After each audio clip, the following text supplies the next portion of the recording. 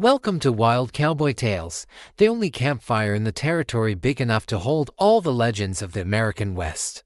We tell the stories of the gunslingers, the ghosts, and the grief that carved this unforgiving land. Before we ride into the shadows with tonight's tale, do yourself a favor and subscribe to our channel, and make sure to ring that notification bell. That way, you'll never miss a single echo of the past. Now, stay quiet and listen, because the wind itself is scared to tell this story too loud. The story of the widow, her vengeance, and the son she never knew she was hunting. The high desert of the Arizona Territory is a land that keeps its promises, and most of them are cruel. It promises a blistering sun, a killing thirst, and a silence so profound it can swallow a man's soul. For Marty Callahan, it had kept all those promises and one more. It had promised her a grave to dig. She stood over the fresh mound of red earth, a solitary, black-clad figure against a vast, indifferent landscape of rock and sky. The wind, a hot, dry breath, whipped strands of graying hair across a face that had once been soft but was now carved into the hard and forgiving lines of grief. Beneath the earth lay her husband, John, a good, simple rancher whose only crime had been to be in the wrong place at the wrong time, his wagon carrying the monthly payroll for a local mine. The Black Creek Gang, a pack of human wolves led by a man they called Silas, had descended on him like a plague. They hadn't just robbed him, they had made an example of him, leaving his body riddled with bullets on the open road for the vultures to find. Marty had dug the grave herself, her hands dry and bleeding, her tears mixing with the sweat and the dust. The etched had hollowed her out, scooping out the love, the softness, the very woman she had been, and leaving behind a vast, echoing emptiness. But as she stood there now, looking at the simple wooden cross she had hammered into the ground, that emptiness began to fill with something new. It was a cold black and heavy substance, a feeling that had the weight and finality of lead. It was purpose. From a worn leather satchel at her feet, she took out John's gun belt. The leather was worn smooth from years of use, the brass buckle tarnished. The Colt revolver in the holster was clean and well-oiled, a testament to a man who believed in being prepared but had never been a killer. She strapped the belt around her own narrow waist. It was too large, a heavy, awkward weight, a piece of a life that no longer fit.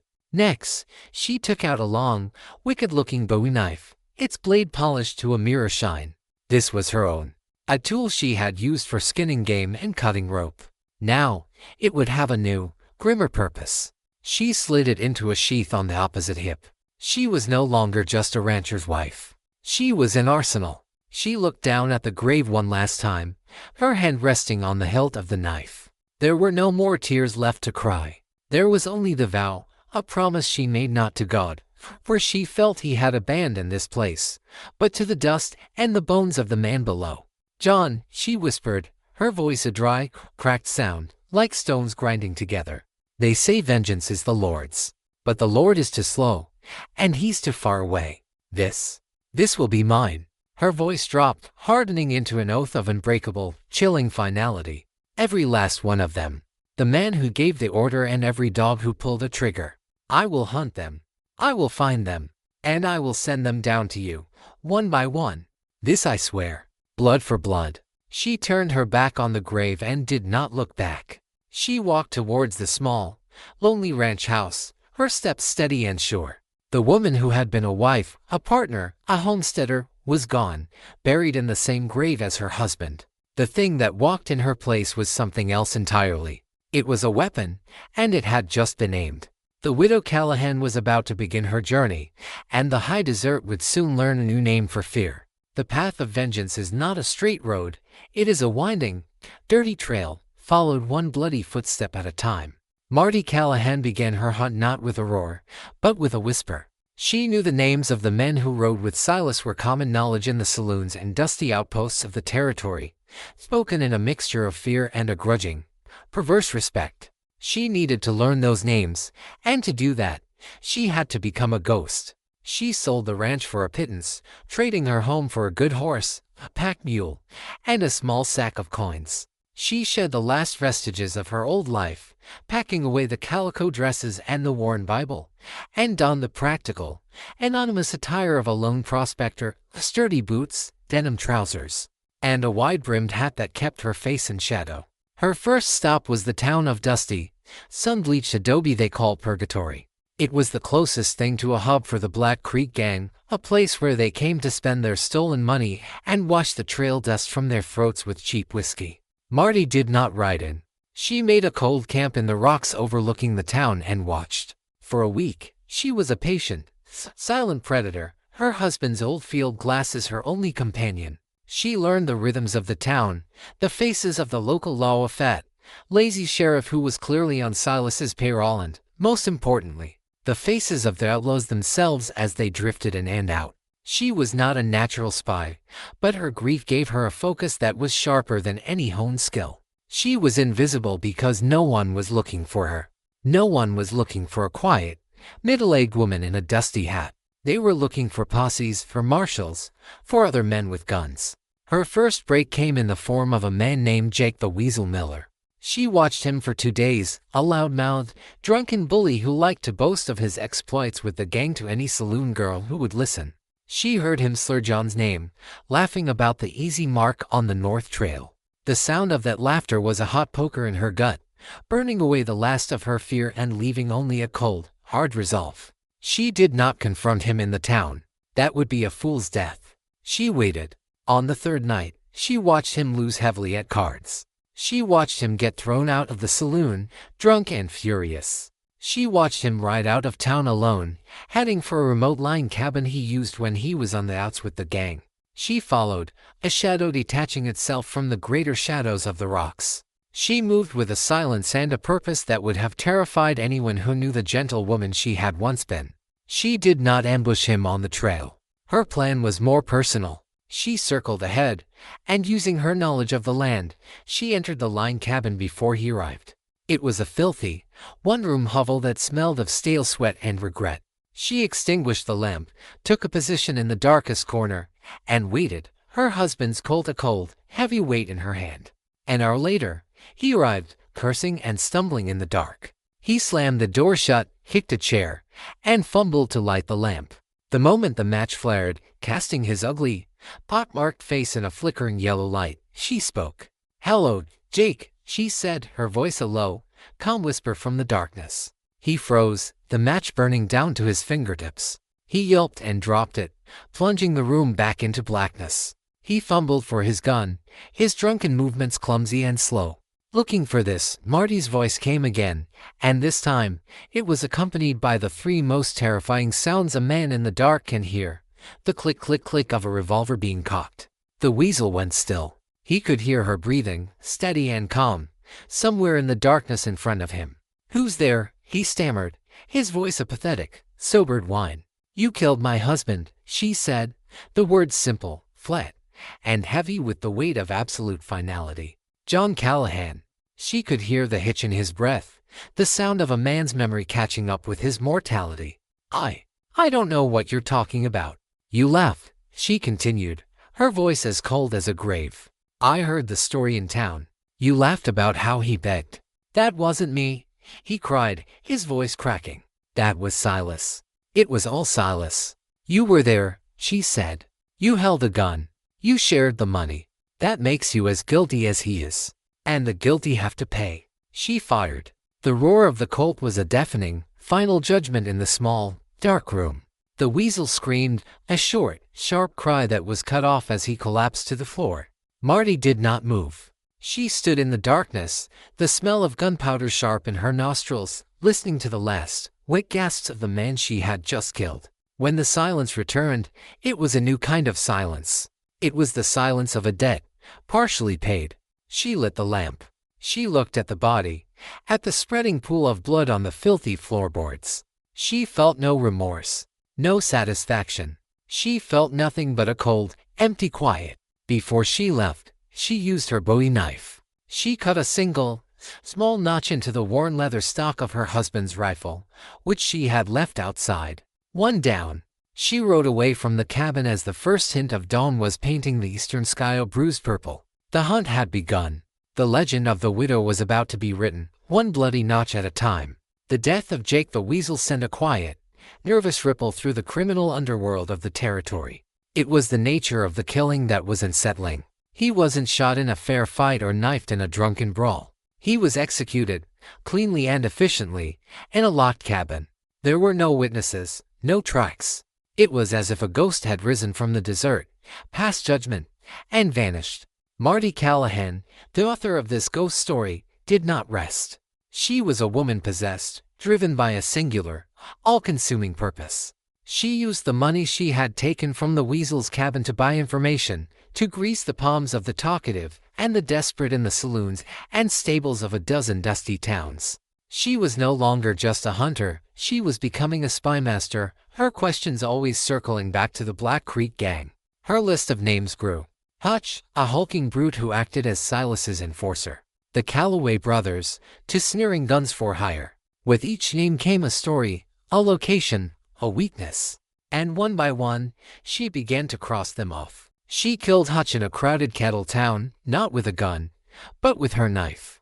She followed him into a dark alley behind a whorehouse, and when he turned on her, his fists raised, she moved with a speed and ferocity that belied her age. The fight was short, silent, and brutal. She left him bleeding out in the mud, and by the time his body was found, she was a day's ride away.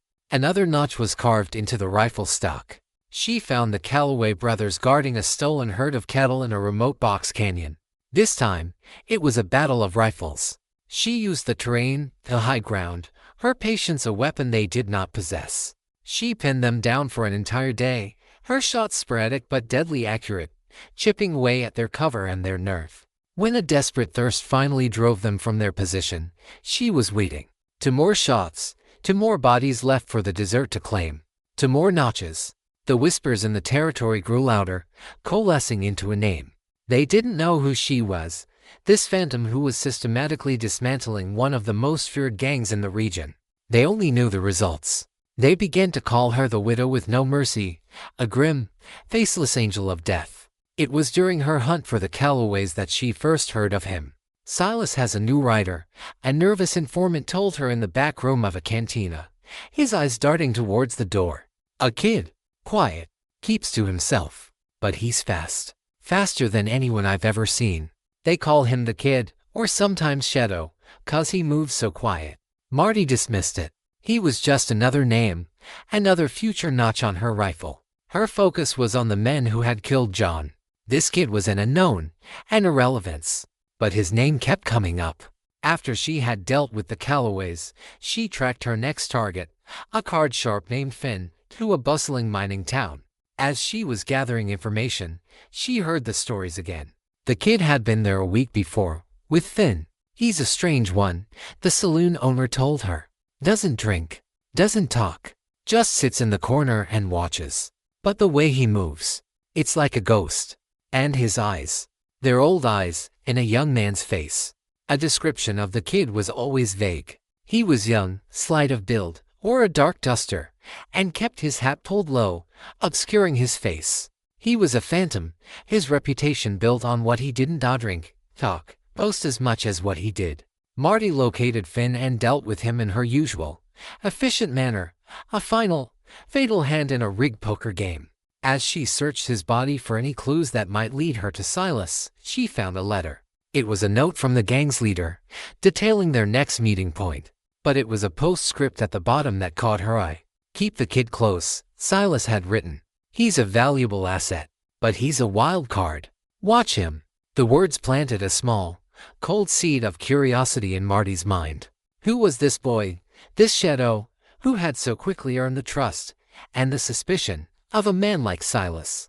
She pushed the thought away. He was just another dog in the pack she had sworn to put down. His age, his quiet demeanor, it meant nothing. He had chosen to ride with the men who had murdered her husband. He had chosen his side. When the time came, she would face him, and she would kill him, just like all the others. Her path was a straight, dark line of vengeance. She had no time for the stories of mysterious young gunslingers. She had a list. And the list was getting shorter. The only name that truly mattered, the one at the very top, was Silas. The Ghost Rider's shadow was just a fleeting distraction on her journey into the heart of the darkness. The trail of vengeance was a relentless grind, a journey that stripped away not just the softness from Marty's body, but also the layers of her own identity. Some days, she was the hunter, the widow with no mercy, a creature of pure, cold purpose. Her mind was a tactical map, her senses honed to the slightest sign of danger, her heart a steady, cold metronome beating out a rhythm of survival and death. In these moments, she was terrifyingly efficient, a force of nature as unforgiving as the desert itself. But in the quiet moments, in the lonely, firelit camps under a vast, star-dusted sky, the other woman would emerge. The mother. Her grief for John was a clean, sharp wound, the source of her strength. But her grief for her son, for Thomas, was a different thing entirely. It was a hollow, aching void, a wound that had never been allowed to scar over. Thomas. He had been a boy of fire and wind, with his father's steady blue eyes and a wild, restless spirit that could not be contained. He had chafed under the gentle constraints of ranch life, his eyes always on the distant, hazy mountains, his dreams full of the adventures he read about in the dime novels he kept hidden under his mattress. At 16, the restlessness had won. They had argued, a terrible, bitter fight full of words they had all later regretted. He had spoken of wanting to see the world, of not wanting to die in the same valley where he was born. John had told him he was a fool, chasing a child's fantasy. Marty, caught between the two men she loved, had tried to be the peacemaker, but her words were lost in the storm of their clashing wills. That night, Thomas had disappeared. He had taken a horse, a betrayal, and his father's old rifle, leaving behind only a short, angry note on his pillow. "I'm going to find my own life. Don't come looking for me." That had been 5 years ago. 5 years of silence. 5 years of not knowing if he was alive or dead, a rich man or a beggar, a hero or a corpse bleaching in the sun. The not knowing was a special kind of torture, a constant, low-grade fever in her soul. John had hidden his pain behind a wall of stoic anger, but Marty had seen the way his eyes would scan the horizon whenever a lone rider approached. A flicker of hope that always died in a new wave of disappointment. Now, on her dark journey, the memory of her lost son became both a comfort and a torment. As she rode through the dusty, anonymous towns, she found herself scanning the faces of the young men, the drifters, the cowboys, the gunslingers. She would see a flash of blue eyes, a certain way a young man held his shoulders, and her heart would give a painful, foolish lurch. Was it him? Could it be him? It never was. The conflict within her was a silent, grinding war. The warrior, the avenger, knew that sentiment was a weakness, a distraction that could get her killed. The mother, however, could not be silenced. She was the source of a deep, aching vulnerability that the warrior could not completely suppress. One night, camped in the high rocks, she found herself staring into the fire, her hand idly tracing patterns in the dust. The face of the mysterious kid, the shadow, swam in her mind. Young, quiet, with old eyes. The description was so vague, it could have fit 1,000 lost boys on the frontier. But her mother's heart, a foolish, illogical thing, latched onto it. What if? She crushed the thought with a savage act of will. It was insane. Her son, her Thomas, was a good boy. He was restless and foolish, but he was not a killer. He would never ride with men like the Black Creek Gang. He would never be a party to the murder of his own father. The very idea was a blasphemy, a betrayal of the memory of the boy she loved. The warrior reasserted control. The kid was just another name on the list, the final obstacle before Silas. He was an enemy, nothing more. To think otherwise was a dangerous madness. But the seed had been planted. The conflict between the mother and the warrior had found a focal point. One was a woman grieving for a lost son, the other a woman hunting a young killer. And they were trapped in the same body, riding towards a final confrontation where the two sides of her soul were on a collision course. She pushed her horse harder the next day, her face a grim, determined mask. She needed to end this. She needed to kill the last of the ghosts, both the ones she was hunting and the ones that were haunting her from within. The sooner she faced Silas, the sooner this would be over. The sooner she could silence the whispers, both from the outside world and from the deepest, most wounded corners of her own heart. The final piece of the puzzle, the location of Silas himself, came from an unexpected source. After weeks of hunting ghosts and false trails, Marty found herself in a small, desperate mining camp clinging to the side of a mountain. The camp was in the grip of a fever, and the only doctor was a drunken, disgraced surgeon from back east. Marty, using the simple medical knowledge she had learned from her mother, began to help. For 3 days, she was not the widow with no mercy.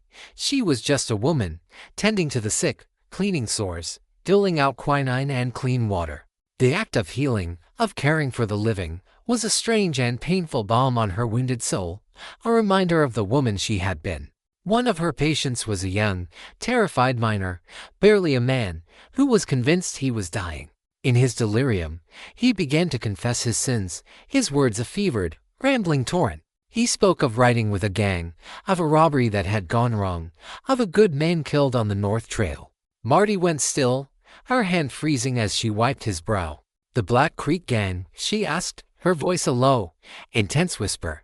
The boy's eyes, wide with fever and fear, focused on her. You're her," he breathed, a new kind of terror dawning in his face.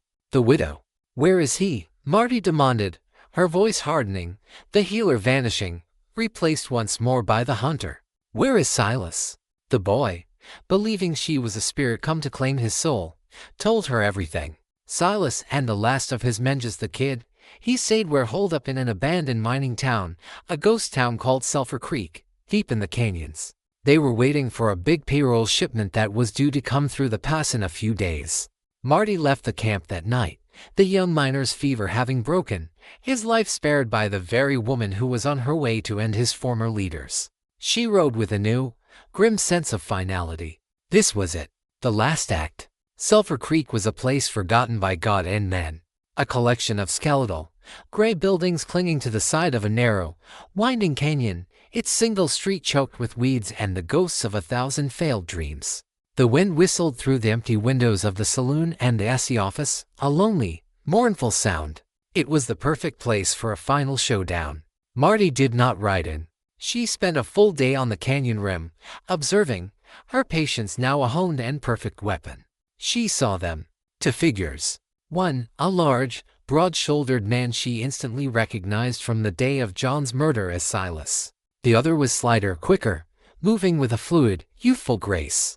The kid. She watched them, learning the layout of the ghost town, their meager defenses. They were confident, arrogant, believing themselves safe in their remote, forgotten sanctuary. Her plan was simple, brutal, and direct. She would not wait for them to come out. She would go in.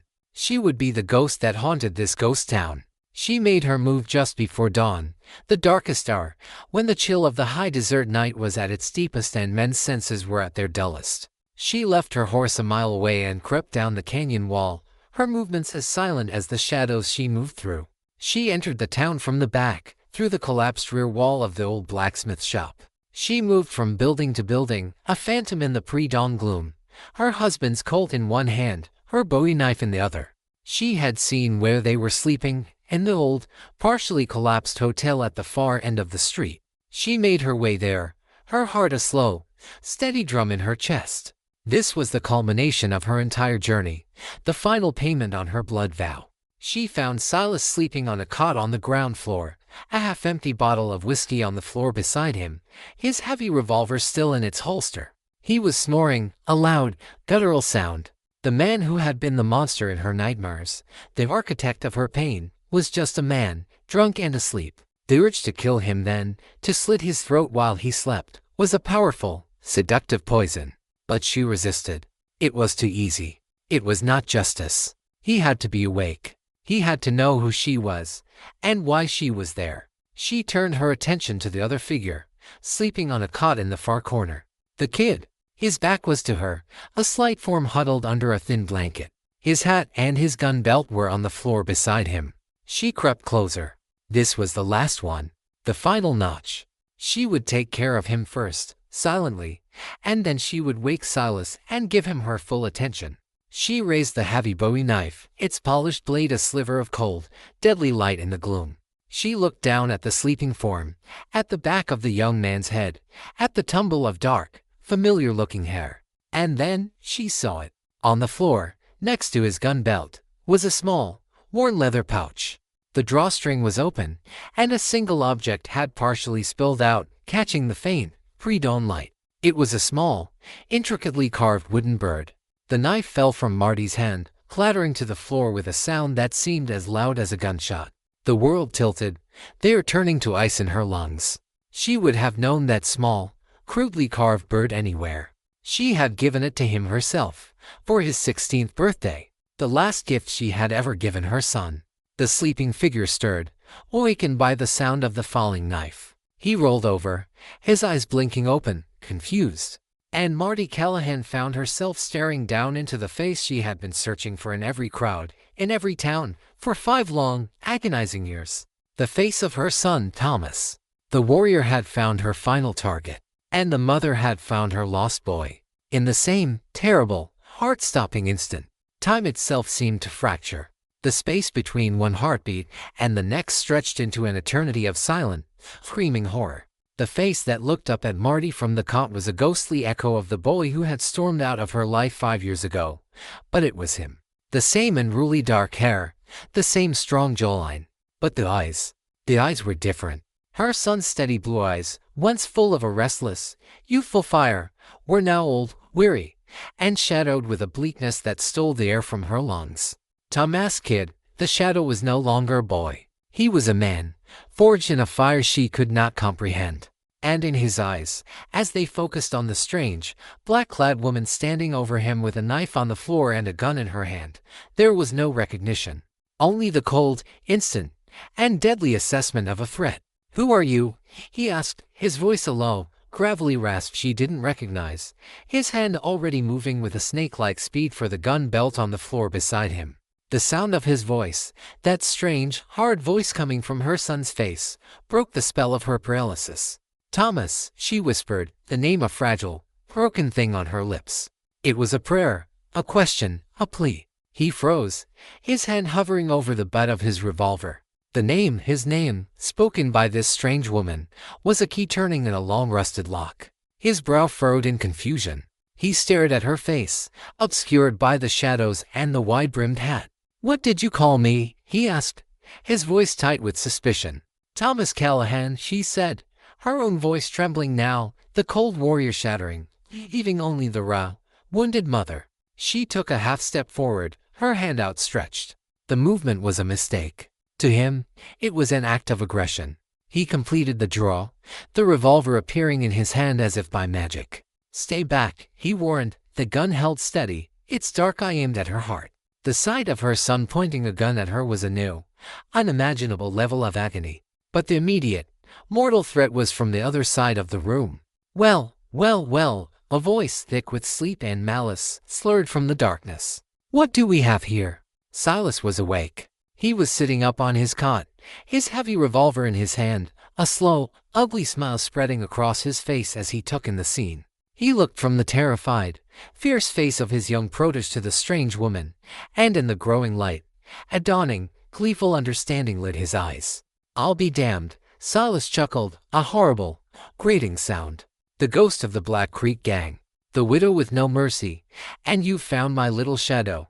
He looked at Thomas, his smile widening. "Don't you recognize her, kid?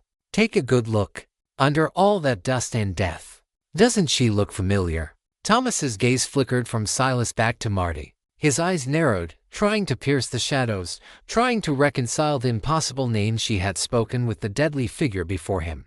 Marty knew she had only a moment. Silas was playing with them, savoring the cruel, delicious irony of the situation. But he would not let it play out for long. "Thomas, listen to me," she said, her voice desperate, trying to cut through the fog of years and violence. "I'm your mother." The words hung in the air, absurd, insane. Thomas stared at her, his face a mask of utter disbelief. His mother was a soft, gentle woman on a quiet ranch. This was a killer, a phantom from a dozen campfire stories. Silas roared with laughter. His mother. "You hear that, kid? This is the woman who's been hunting us. The woman who's been putting our boys in the ground. Your mother." The world was unraveling, spiraling into a nightmare from which there was no escape. Thomas was caught in the middle, his gun wavering between the two figures, his mind reeling. The woman who claimed to be his mother, the man who had been his mentor and protector for the last 2 years. She's lying, kid, Silas said, his voice turning hard. She's a crazy bitch, driven mad by grief. She tracked us here to kill us. To kill you. Shoot her. Do it now. Don't listen to him, Thomas, Marty cried, taking another step forward. He's the one. He killed your father. That was the final blow. The words your father struck Thomas with the force of a physical impact. He flinched, his face going pale. He had been told his father had died in a tragic accident, or rock slide, a story Silas had fed him when he had first taken the lost, desperate boy under his wing. He looked at Silas, a dawning, horrified question in his eyes. He looked back at Marty, at the raw, desperate truth that was pouring from her. And in that moment of hesitation, Silas acted. He was not a man for complicated dramas. He was a man for simple, brutal solutions. He saw the doubt in the kid's eyes, saw that he was losing him. He raised his revolver, not at Marty, but at Thomas. You were always soft, boy, he snarled. Just like him. He fired. The roar of the gun was deafening. But it was not the only roar. Marty, seeing the betrayal in Silas's eyes a split second before it happened, had fired her own weapon at the same instant. It all happened in a flash of thunder and blood. Silas was thrown back on his cot, a dark hole appearing in his chest, his own shot going wide, smashing into the wall above Thomas's head. But Thomas was already falling. Marty's shot, aimed at Silas's heart, had been fired from an unstable stance in a moment of pure, panicked instinct. And Thomas, in his moment of horrified realization, had instinctively moved, turning toward Silas. He had moved directly into the path of his mother's bullet. He collapsed to the floor, a cry of shock pain torn from his lips. The Colt fell from his hand, clattering on the floorboards. The world went silent. Silas was dead. The last notch. The final vengeance. But it meant nothing. Marty stared, her gun smoking in her hand, at the impossible, horrific scene. Her son, her lost, beloved boy, was lying on the floor, bleeding from a wound she had inflicted. The unraveling was complete. The hunter had shot her own heart. The silence that followed the 2 gunshots was a heavy, suffocating thing, broken only by the sound of a young man's ragged, painful breathing. The dawn, which should have been a symbol of victory, now only served to illuminate the full, ghastly scope of the tragedy. Its pale light streamed through the dusty windows of the hotel, falling upon the dead outlaw and the wounded boy. Marty stood frozen, the smoking Colt feeling as if it weighed 1,000 pounds. The world had dissolved into a slow, syrupy nightmare. She saw the dark, spreading stain on her son's side, and a sound of pure, animalistic agony was ripped from her own throat. She dropped the gun.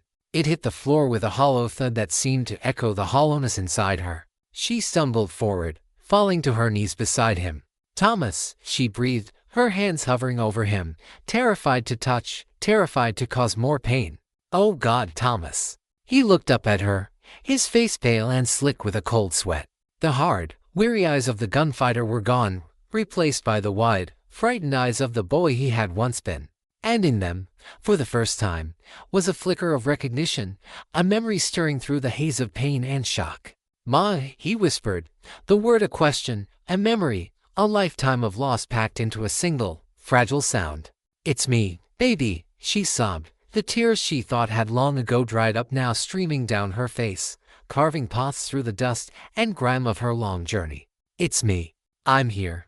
She gently, carefully, tore open his shirt. The bullet had gone in clean, high on his right side, just under the ribs. It was a bad wound, but maybe, please God, maybe not a fatal one. The healer inside her, the doctor's daughter she had tried to bury, resurfaced with a desperate, frantic urgency. We have to stop the bleeding, she said, her voice a jumble of commands and prayers. She pressed her hands against the wound, and he cried out, his body arching in pain. I'm sorry, she wept, her tears falling onto his pale face. He looked at her, his breathing growing more shallow. It was you, he whispered, his voice weak, a dawning, horrified understanding in his eyes. All of them. Hutch, the Calloways. It was you. I didn't know, Thomas, she pleaded, the words tearing at her own soul. I swear to God, I never knew it was you. I was I was avenging your father." A look of profound, heartbreaking sorrow washed over his face. "He told me Pa died in an accident," he rasped, his gaze flickering towards Silas's body. "He found me on the trail. I was starving. He took me in. He said he was an old friend of Pa's. He taught me how to be fast, how to survive." He gave a weak, rattling cough. He lied about everything." "I know, baby, I know," she said, stroking his hair, the familiar texture of it in agony beneath her fingertips. The story poured out of him in weak, halting phrases. He had ridden with the gang, a lost, angry boy who had found a twisted father figure in the very man who had murdered his real one. He had been the lookout, the scout. He had never been a killer. He swore it. He had been there, at the robbery, but he had been kept at a distance, had never fired a shot. He had only heard later what had happened. Silas had used him, molded him into the Ghost Rider, the Shadow, a tool in his violent trade. Every word was another twist of the knife in Marty's heart. She had been hunting a monster, and all along, he had been just a lost boy, trapped in a monster's web. "I wanted to come home, Ma," he whispered, his eyes beginning to glaze over. "So many times.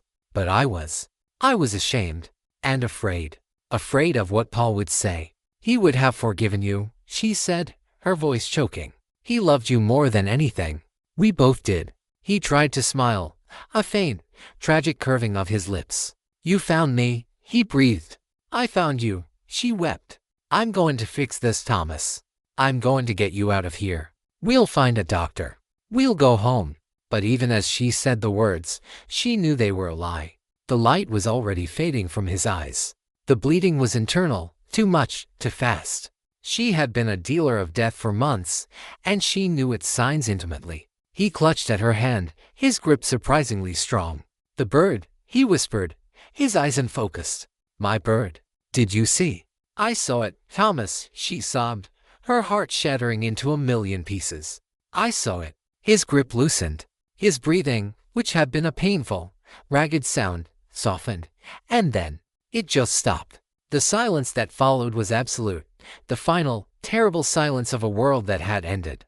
Marty stayed there, kneeling on the cold, hard floor of the ghost town hotel, cradling the body of her son in her arms. She rocked him back and forth, just as she had when he was a baby with a fever, her silent sobs shaking her entire body. The sun, now fully risen, streamed through the window, its warm, golden light a cruel mockery. It illuminated the scene of her final, terrible victory. She had fulfilled her vow. She had killed them all. She had sent every last one of them down to her husband. And in her quest for a righteous vengeance, she had unknowingly, impossibly, sent her own son to join them. The widow with no mercy had shown her final target none.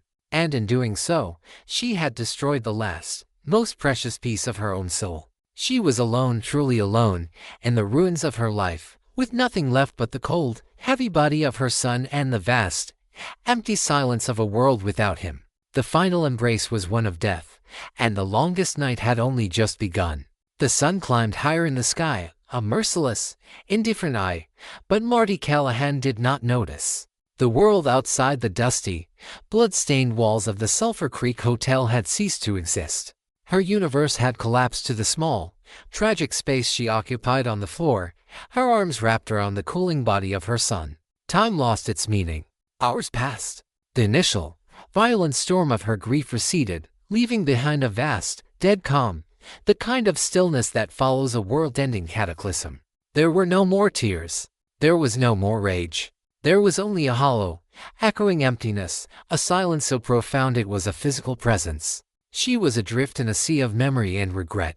She saw Thomas as a baby, his small hand wrapped around her finger. She saw him as a boy, his face alight with laughter as he rode his first pony. She saw him as a teenager, his eyes full of a restless fire, arguing with his father, so full of a life he couldn't wait to live.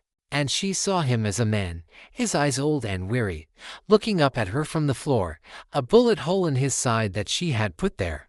The two images, the boy she had lost and the man she had killed, warred in her mind, tearing at the very fabric of her sanity. Her vengeance, the thing that had been her compass, her fuel, her very reason for being, was now revealed to be a monstrous, cosmic joke. She had been a puppet in a tragedy of her own making, her strings pulled by a cruel, blind fate. Sometime in the afternoon, a new feeling began to stir in the emptiness. It was a cold quiet and terrifying clarity. She had made a vow of blood, and the debt had been paid in full, and a currency far more precious than she had ever imagined. She had become the thing she had set out to destroy, a killer of a Callahan. With a slow, mechanical stiffness, she laid her son's body down gently. She folded his hands on his chest. From his pouch, she took the small, carved wooden bird and placed it in his grasp. She closed his eyes, her fingers tracing the line of his brow, a final, heartbreaking caress. Then she stood up. The woman who rose from the floor was a stranger.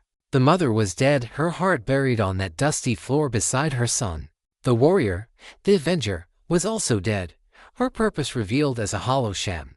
The thing that was left was something else. A ghost? An echo? A vessel emptied of everything but the memory of pain. She walked out of the hotel and into the blinding sunlight. She looked at the body of Silas, crumpled on his cot. She felt nothing. He was just a pile of cooling meat, the cause of it all, but now utterly insignificant. She gathered wood. She moved with a slow, deliberate purpose, piling the dry, weathered timbers from the collapsed buildings against the walls of the hotel. She worked for hours, never stopping, her movements tireless, fueled by a grief that was beyond exhaustion. When she was done, she stood back. The hotel was now a pyre. She took a flask of whiskey from Silas's saddlebag, sprinkled its contents over the wood, and then, without hesitation, she lit a match. The flames caught with a hungry whoosh, licking at the dry, ancient wood. Black smoke began to billow into the clear desert sky, a funeral plume for her son, for her husband, for the woman she had once been. She did not stay to watch it burn. She did not give her son a proper burial. He would be consumed by the fire, his body and his secrets turned to ash, just like her heart. It was a brutal, pagan mercy, the only kind she had left to give. She walked to where she had left her horse. She took the rifle from its scabbard, the rifle on whose stock she had so meticulously carved the notches of her kills. 5 notches. There should have been a 6th. With her bowie knife, she began to carve. But she did not carve another notch. She slowly, deliberately, began to whittle away the 5 she had made, scraping the wood, trying to erase the evidence of her bloody journey. But the marks were too deep. They could not be removed, only scarred over. She left the rifle leaning against a rock, a monument to her folly. She took only the Colt, her husband's gun, now the weapon that had made her a kinslayer. It was a fitting penance. She mounted her horse and rode away from the pillar of smoke that was rising from the ghost town of Sulphur Creek. She did not ride towards home. She no longer had one. She did not ride towards civilization. She no longer belonged to it. She rode west, towards the setting sun, alone, black-clad figure with no destination and no purpose. She was no longer the widow with no mercy. She was something far more tragic. She was a ghost, doomed to ride the lonely trails of the West forever, haunted by the face of the son she had hunted, a living testament to the terrible, irrevocable price of a vengeance that had consumed everything she had ever loved. The legend of the widow Callahan did not end with the fire at Sulphur Creek. In fact, that was where it truly began. The story of her one-woman war against the Black Creek Gang had already been a popular tale, a grim but satisfying saga of frontier justice. But the aftermath, the mystery of her disappearance and the strange, conflicting reports that followed, transformed her from a simple avenger into a true, mythic figure of the West. A posse, drawn by the pillar of smoke, found the ghost town. They found the charred, and recognizable remains in the ashes of the hotel. They found Silas's body, and they identified him. They found the rifle with the scarred, half-obliterated notches. They pieced together a story, the one the world would accept. The widow had cornered the last of the gang and, in a final, fiery act of desperation, had killed them all, dying herself in the blaze. She had become a martyr, a hero who had paid the ultimate price for her vengeance. A neat, tidy, and satisfying end to the story. But then, the other stories began. A few months later, a group of prospectors, lost and dying of thirst in the Superstition Mountains, swore they were saved by a silent, black-clad woman who appeared as if from nowhere. She gave them water, pointed them towards the nearest town, and vanished before they could even ask her name. They said her eyes were the saddest things they had ever seen, like two empty graves. A year after that, a corrupt cattle baron who had been terrorizing small ranchers found his prize bull slaughtered in the night, a single, expertly placed bullet hole between its eyes. The only thing left behind was a small, crudely carved wooden bird, placed on the dead animal's head. The terror campaign stopped immediately. The sightings were rare, fleeting, and always second-hand. A lone rider, seen at a distance on a high, lonely ridge, silhouetted against the moon. A mysterious stranger who would leave a pouch of coins for a destitute family, or a single bullet on the doorstep of a known bully. They were whispers, rumors, ghost stories told around the campfire. The legend of the widow Callahan was thus split in two. There was the official story of the hero who had died in a blaze of glory. And there was the other story, the one whispered by the lonely and the lost, of a spirit who still roamed the Badlands. They called her the ghost of the Badlands, a sorrowful, phantom presence who was neither good nor evil, but simply there, a protector of the helpless, a quiet terror to the wicked. They said she was atoning. They said she was searching for something she had lost. No one knew the truth of what had happened in that hotel in Sulphur Creek. No one knew the terrible secret that was the true engine of her endless, lonely ride. And so, Marty Callahan, the woman, was gone. In her place were two legends, a dead hero and a living ghost. Both were a testament to her terrible journey. But only the ghost knew the truth.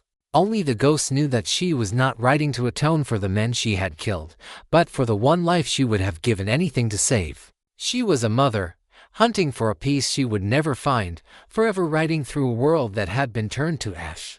A living monument to a love that had been destroyed by the very vengeance it had created.